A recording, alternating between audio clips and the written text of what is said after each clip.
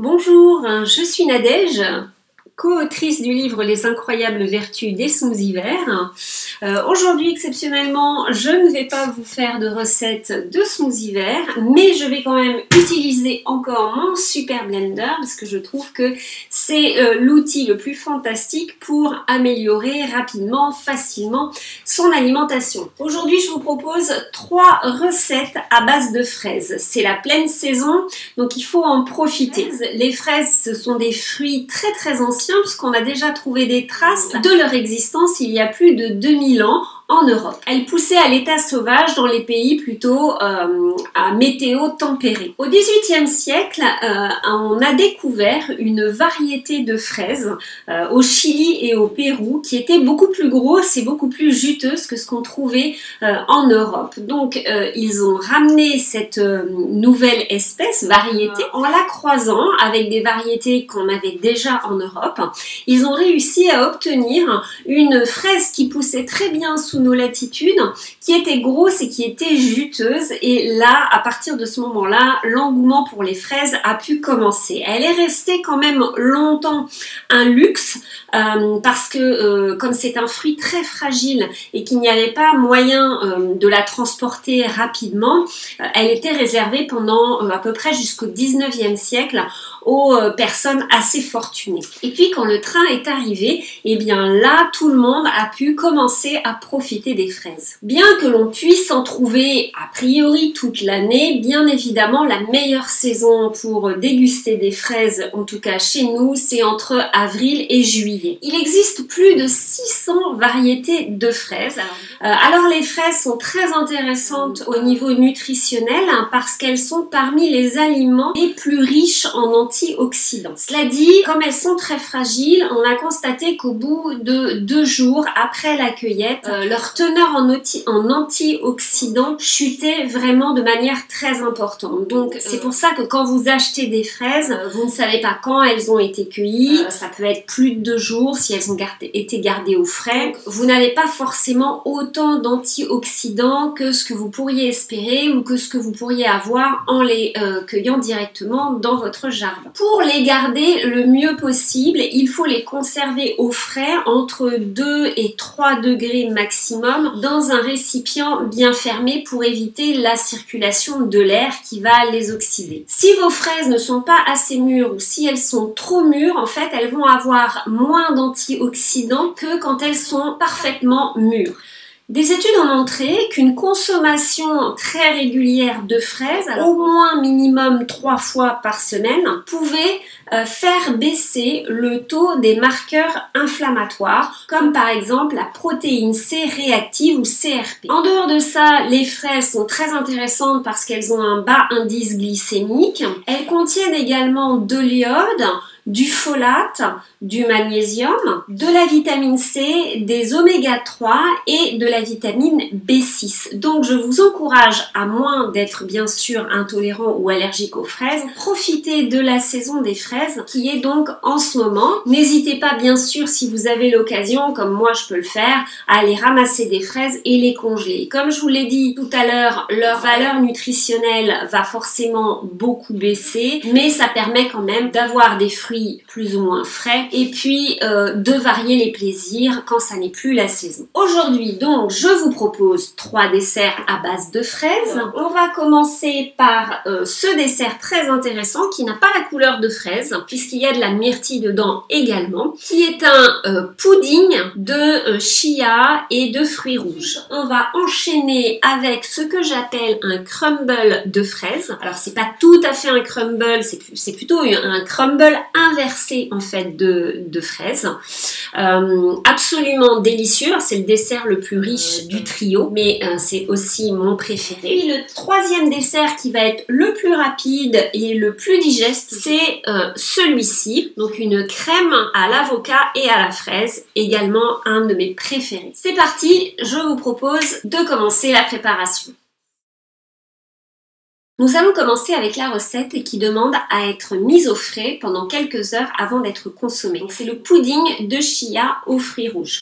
Alors j'appelle ça un pudding parce que la texture est un petit peu plus épaisse qu'une crème classique comme nous on l'entend habituellement. Donc pour cette recette, j'ai besoin de 150 g de fruits rouges. Alors vous pourriez tout faire à la fraise. Moi je trouve que c'est très bon mélangé avec plusieurs fruits. Donc là j'ai un mélange de framboises et de myrtilles qui sont congelées, mais vous pouvez utiliser des fraîches que je vais mettre dans mon blender. Ensuite, je vais ajouter des fraises fraîches puisque c'est la saison. Bien sûr, en dehors de la saison, vous pouvez utiliser des fraises congelées. Je garde le petit pédoncule vert, ça apporte un petit peu de chlorophylle, ça ne se sentira pas du tout dans le dessert et c'est tout à fait comestible. Donc là, j'ai 115 g à peu près de fraises. Ensuite, je vais ajouter un petit peu de sucrant. Alors bien sûr, vous n'êtes pas obligé, vous pourriez le laisser comme ça. Vous pourriez mettre également de la stevia. Là, j'ai 5 dattes. Alors mes dattes sont fraîches, elles sont moelleuses. Si ça n'est pas le cas de vos dattes, je vous invite à les faire tremper au moins 1 heure dans de l'eau tiède voire chaude. Il faut vraiment qu'elles soient bien réhydratées pour se mixer facilement. Même si vous avez un blender puissant, c'est toujours mieux qu'elles soient réhydratées. Là, je vais ajouter un élément surprise, de la betterave. Alors j'ai essayé ce dessert avec de la betterave crue. C'est pas mal, mais on sent bien le goût un peu terreux, je sais pas comment le dire autrement, de la betterave crue. Du coup, ça peut être moins plaisant, en tout cas, ça peut ne pas plaire à des palais non habitués à l'alimentation végétale et l'alimentation crue. Si vous voulez que ça plaise au maximum de gens, je vous invite à utiliser plutôt de la betterave cuite. Vous pouvez la cuire vous-même, bien sûr, au four ou l'acheter déjà préparée. Donc là, j'ai à peu près 85 g de betterave cuite. Ensuite, j'ai besoin de 2 cuillères à soupe de jus de citron. Ensuite, je vais apporter l'élément qui va épaissir cette crème, ce dessert. Ce sont des graines de chia. Alors, vous pourriez utiliser les graines de lin qui ont le même pouvoir épaississant, mais les graines de lin vont donner un goût et une petite texture qui va être beaucoup moins agréable dans un dessert comme celui-là. Je préfère en général des ingrédients locaux. Le chia ne l'est pas, mais j'apprécie quand même les graines de chia pour justement beaucoup d'utilisation comme ça, comme épaississant mais sans apporter de goût ou de texture. Donc 40 g de graines de chia. Ensuite, j'ai besoin de 375 ml d'eau. Vous pourriez mettre du lait si vous voulez un dessert encore plus gourmand. Moi, je l'ai fait avec de l'eau et après on met de la purée d'amande et ça m'allait parfaitement. Maintenant, libre à vous d'utiliser un lait végétal, donc la même quantité. Donc j'utilise ensuite une cuillère à soupe de purée d'amande que vous pouvez faire vous-même. Ce sera encore mieux si vous la faites et qu'elle est activée. Donc les amandes seront beaucoup plus intéressantes au niveau nutritionnel. Vous avez toutes les explications pour le faire vous-même sur mon site Rollistic Club, dont je vous mets le lien sous cette vidéo. C'est terminé, donc vous voyez c'est très rapide et il n'y a plus qu'à mixer.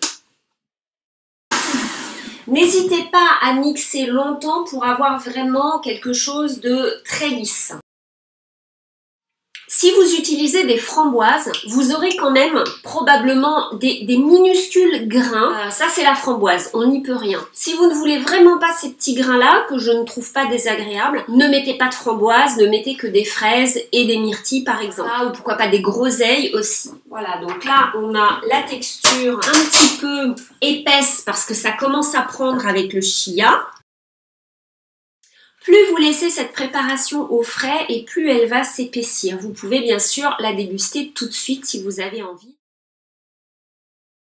J'adore également cet autre dessert qui demande un tout petit peu plus de préparation mais vraiment pas grand chose et qui est absolument divin. Pour cette recette, j'ai besoin de 180 g d'oléagineux. Moi, j'ai choisi un mélange de noix du Brésil, noix de macadamia et d'amandes. Vous pourriez mettre le mélange que vous voulez ou n'utiliser que des amandes ou que des noix du Brésil ou que des noix de macadamia. Quoique les noix de macadamia étant assez grasses, elles vont avoir tendance à faire vite une purée un petit peu et c'est pas ce qu'on veut. Ce qu'on veut, c'est qu'il reste de la texture. Voilà, moi j'aime bien ce mélange-là parce qu'au niveau du goût, ça s'accorde très bien avec les fraises. Et puis, ce sont quand même parmi les meilleurs oléagineux. Je sais que beaucoup d'entre vous vont vouloir faire cette recette avec des noix de cajou. Pourquoi pas? Vous pouvez tenter l'expérience. Cela dit, les noix de cajou sont vraiment pas les meilleurs des oléagineux. Ils contiennent des mycotoxines. C'est pour ça que dans les centres de santé aux États-Unis, ce sont ces oléagineux qui sont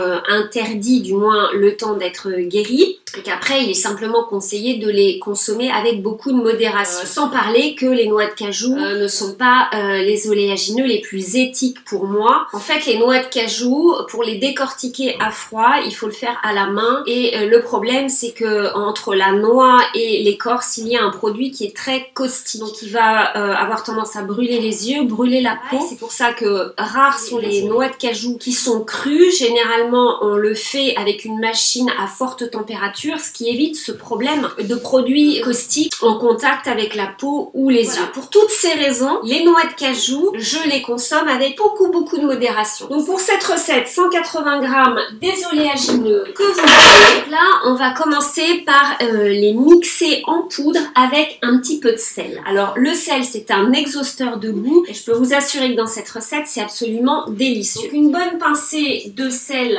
de qualité bien sûr, parce que le sel est très important pour la santé, contrairement à ce qui peut être dit. Alors c'est pas complètement faux, mais il est mauvais parce qu'on en consomme trop et c'est du mauvais sel. Quand vous consommez beaucoup de produits préparés, vous ne contrôlez pas la quantité de sel qu'il y a dedans et c'est très rarement du sel de qualité qui est riche en minéraux. Donc si c'est vous qui salez, je vous encourage à saler un petit peu avec modération, avec du sel qui contient beaucoup de minéraux dont on a vraiment besoin. On commence par mixer les oléagineux et le sel. Ce qu'on veut obtenir, c'est une poudre, pas de la purée, donc faites attention si vous utilisez un blender puissant à ne pas mixer trop longtemps. Vous pourriez le faire dans un robot ménager, normalement ça mixe très bien en poudre les oléagineux. D'ailleurs, je vais utiliser mon mixeur pour la suite de la recette. Donc vous pourriez tout à fait tout faire dans votre mixeur. Maintenant, j'ajoute 10 dattes moelleuses, donc pareil comme pour l'autre recette, si elles ne sont pas assez tendres, réhydratez-les avant. Donc bien sûr, elles sont dénoyautées, vous pouvez en mettre un petit peu moins si vous voulez. Et maintenant, je vais mixer de manière à avoir une pâte un petit peu collante. Voilà, ça commence à bien prendre forme. Maintenant, je vais ajouter une cuillère à soupe de miel cru. C'est très important, mais c'est quand même important d'utiliser des produits de qualité. Le miel, c'est quelque chose que je consomme vraiment avec parcimonie. C'est très rare qu'on en consomme, donc un pot peut durer au moins une année, si c'est pas des fois plus. Le miel cru, il a énormément d'enzymes de qualité en fait nutritionnelle. La plupart des miels sont pasteurisés, donc il n'y a plus aucun intérêt dans le miel, à part vous faire grimper la glycémie. En fait, ce sera toutes les vertus dont on parle sur le miel, elles sont surtout valables quand le miel est cru, bien sûr, donc non pasteurisé. Je mets une cuillère à soupe de miel. Si vous voulez utiliser un autre sucrant, bien sûr, vous pouvez utiliser par exemple du sirop d'érable ou du sirop d'agave. À choisir entre les deux, je vous conseillerais plutôt le sirop d'érable qui a plus d'intérêt nutritionnel que le sirop d'agave. Le sirop d'érable, même s'il n'est pas cru, contient encore beaucoup de minéraux très intéressants. Et je remixe un petit peu. Donc vous allez obtenir une pâte légèrement collante qui s'effrite quand même un petit peu mais pas trop. Cette pâte, vous la versez dans un plat, ce sera votre plat de service. Là je vais pas tout mettre parce que mon plat ne sera pas assez grand. Ensuite je m'occupe de mes fraises. J'ai besoin de 300 g environ de fraises fraîches, c'est vraiment le dessert de saison. Vous allez réserver une dizaine de fraises que l'on va couper en petits morceaux. Pour les autres, on va les mettre directement dans le blender. Alors vous n'avez pas besoin de le nettoyer, c'est pratique. J'ajoute là également une cuillère à soupe de miel ou de sucrant liquide de votre choix. Si vous avez des questionnements concernant la consommation du miel et l'alimentation végane, je vous invite à lire l'article que nous avons traduit du docteur Gabriel Cousins, qui est donc crudivore végétalien depuis peut-être bien 50 ans maintenant. Je vous mets le lien en dessous de cette vidéo. Je vais ajouter un petit peu d'huile d'olive. Une cuillère à soupe, j'ajoute une pincée de sel parce que ça sert d'exhausteur de goût. C'est tout. Je mixe afin d'obtenir une purée là du coup très lisse. Pendant ce temps, comme vous le voyez, je coupe mes fraises en tout petits morceaux. Je vais mélanger maintenant mes fraises hachées avec la purée de fraises. Ça va apporter une texture très agréable. Et puis, je vais simplement verser sur la pâte. Et puis, je vais légèrement mélanger. Alors, pas trop, parce que je veux pas que ce soit complètement amalgamé, la pâte qu'il y a dedans. Mais en mélangeant un petit peu, en coupant un peu la pâte, vous allez avoir une texture vraiment super agréable. Voilà, je sais pas si vous voyez. Donc, il y a des petits morceaux de pâte, en fait, voilà. Un petit peu dedans. Donc, on va mettre ça un petit peu au frais et on s'occupe du dernier dessert. Nous allons terminer avec le dessert le plus rapide, le plus digeste aussi, je pense, des 3 desserts que je vous propose. Alors vous allez me dire, oh, elle nous propose des desserts qui sont pas digestes. Ben, en fait, déjà, un dessert, comme son nom l'indique, est censé être consommé à la fin d'un repas. Et ça, déjà, c'est très indigeste. Finir un repas généralement riche en protéines, même si c'est des protéines végétales, par du sucré, perturbe la digestion. En tout cas, la digestion n'est pas optimale. Certaines personnes digèrent tout, bien sûr, mais si vous avez des difficultés à digérer, je vous invite à éviter les desserts. Moi, ça fait des années que je ne prends pas de dessert, ou alors vraiment très exceptionnellement, je me sens beaucoup mieux quand je n'en prends pas. Mais vous pourriez très bien les prendre en encas, en goûter, ce que je fais généralement dans l'après-midi quand j'ai envie. Voilà, ou en tout cas loin du repas. Alors pourquoi ils sont pas digestes non plus? Parce que j'associe des aliments qui sont plus ou moins compatibles entre eux. Si vous vous intéressez aux combinaisons alimentaires, j'ai fait une vidéo sur le sujet, je vous mettrai le lien en bas en dessous. Ben, les fruits normalement devraient être mangés seuls, loin des repas, pour une digestion optimale, parce que les fruits se digèrent très très vite et ne demandent pas les mêmes enzymes que les autres aliments pour être digérés convenablement. Et comme ils se digèrent très rapidement, en fait, si vous les mangez après quelque chose qui prend du temps à être digéré, ils vont rester coincés, ils vont fermenter. C'est pour ça que vous pouvez avoir parfois des lourdeurs ou des ballonnements ou des gaz après avoir mangé genre petit déjeuner où on mélange des flocons d'avoine avec des fruits. Ça, c'est assez indigeste, en tout cas pour beaucoup de personnes. Donc dans ces desserts, j'ai associé des fruits avec soit des oléagineux, donc c'est des protéines et en même temps des graisses, donc c'est vraiment une mauvaise association avec les fruits. Le dessert d'avant, c'était des graines de chia, donc c'est pareil, c'est des graisses, donc ça peut être assez difficile à digérer. Maintenant, si vous le mangez loin du repas, si vous avez une bonne digestion, ça peut passer très bien, du moment que vous faites ça assez occasionnellement. L'idéal, c'est l'association fruits et verdure. Alors ça passe très très bien ensemble. C'est pour ça d'ailleurs que je suis fan des smoothies verts. C'est pour ça que la plupart des desserts végétaliens, tout comme les desserts classiques d'ailleurs, ne sont pas idéales pour une digestion optimale, hein, ça c'est clair. Cru, pas cru, végétaux, pas végétaux, les desserts sont les moins bonnes des préparations pour une bonne santé et une bonne digestion. Donc pour ce dessert vraiment express, j'ai besoin de 215 g de fraises que je vais mettre dans mon blender. Je vais ajouter un demi-avocat, donc juste la chair bien sûr. Alors là c'est pareil, c'est de la graisse avec un fruit. Cela dit, ça reste quand même bien mieux parce que l'avocat est quand même aussi un fruit et l'avocat a la particularité d'être une graisse qui se digère beaucoup plus facilement que les oléagineux ou les graines. Et en plus, il maximise l'assimilation des nutriments de tous les aliments qui sont consommés en même temps. Ça reste l'un des 3 desserts les plus digestes. Cette recette, elle est idéale quand vous avez un avocat qui commence un petit peu à être trop mûr. Je vais ajouter du miel. Alors encore, vous allez me dire, mais comme je vous disais tout à l'heure, ce genre de préparation, je le fais très rarement. Ce sont des desserts que j'aime préparer quand je reçois, par exemple, pendant la saison des fraises, parce que, quand les gens ne sont pas allergiques bien sûr, parce que je sais que ça va plaire même aux personnes qui ne connaissent pas l'alimentation végétale ou ne sont pas particulièrement attirées par elle. Une cuillère à soupe de miel, pareil, vous pouvez très bien utiliser du sirop d'agave ou du sirop d'érable. Là, c'était vraiment pour changer.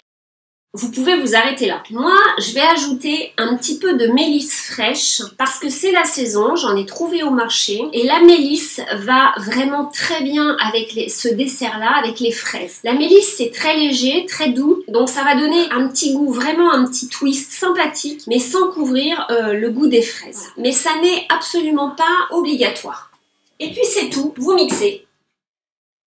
Vous vérifiez que votre mélange est bien mixé. Ce dessert particulièrement rapide à faire doit être consommé rapidement. C'est vraiment le dessert express à faire au dernier moment. Ce dessert permet de faire manger de l'avocat à des gens qui n'aiment pas ça. Même mon fils qui n'aime toujours pas l'avocat, dans ce dessert-là, ça ne lui pose aucun problème. Il a d'ailleurs mangé très longtemps sans savoir qu'il y avait de l'avocat dedans.